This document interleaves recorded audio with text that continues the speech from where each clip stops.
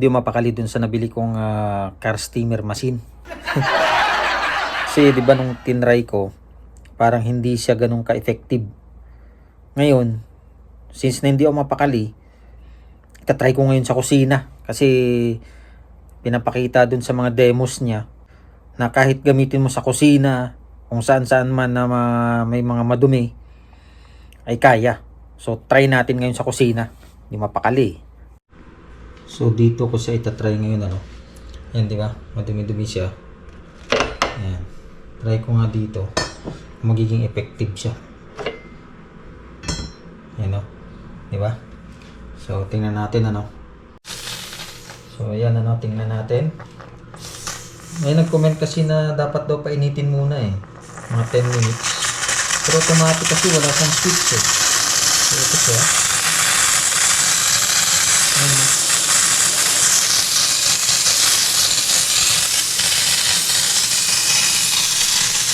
Mainit. Hindi ko sa ganong mainit eh. Dapat siguro mainit na mainit. Nakakalpit ah. Mga effective dito ah.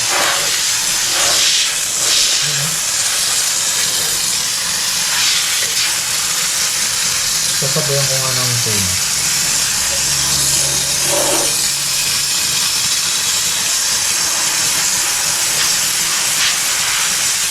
Kailangan talaga siguro may kasabay na phone.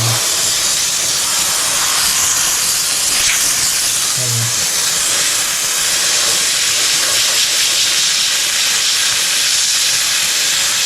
Ayun, kailangan pala talagang itutok mo ng gusto para matanggal yung mga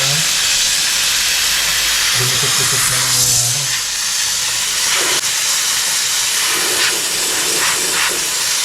Pero kailangan ng painitin mo siya, no? Tama yung sinabi ng nag-comment eh, na painitin mo muna. Kaso ang ano dito, pagka switch on mo kasi, gagana na siya kaagad. Wala siyang control. So, anyhow,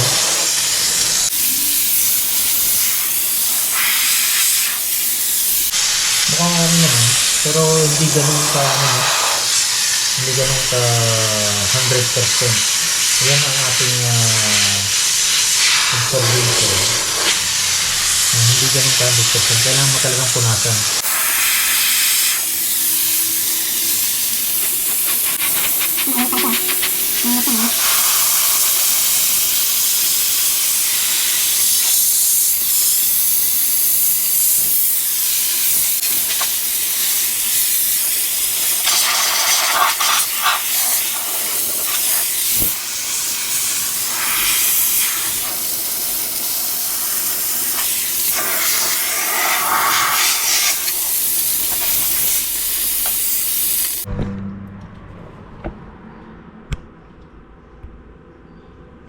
So, yun.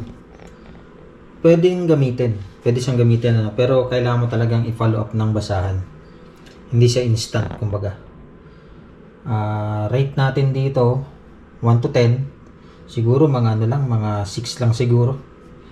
Dahil base dun sa mga demos niya ay talagang tanggal. So pinatagal natin ng konti.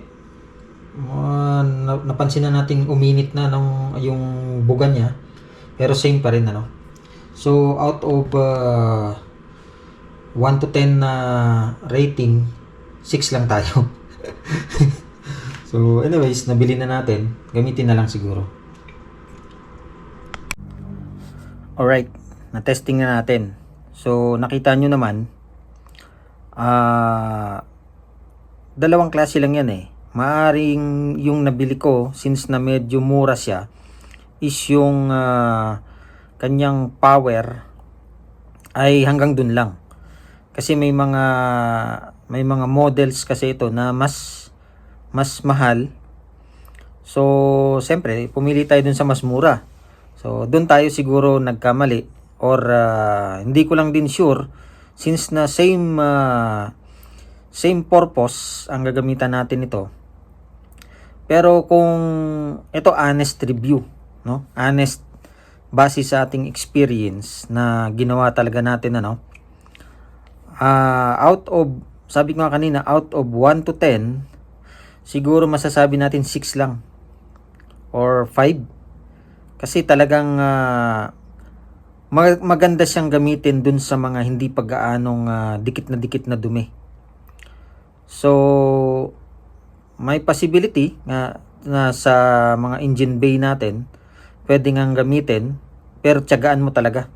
At mas maganda kung backupan mo ng basahan, no? So yan po ang ating honest review. At ito, mapapanatag na siguro ang ating pag-iisip dahil dyan sa nung una nga hindi tayo mapakali dahil bakit kako ganun. Based dun sa mga demos na pinapakita ay talagang napakaganda. So maaring yung modelong ginawa nila for demo ay yung mga powerful talaga o medyo may kalakihan. Ito kasi medyo maliit lang siya eh. Anyways, ganun talaga minsan. Hindi natin malalaman pag hindi natin subukan, di ba? Yan, shout out sa mga all at thank you very much sa inyong patuloy na suporta sa aking maliit na channel.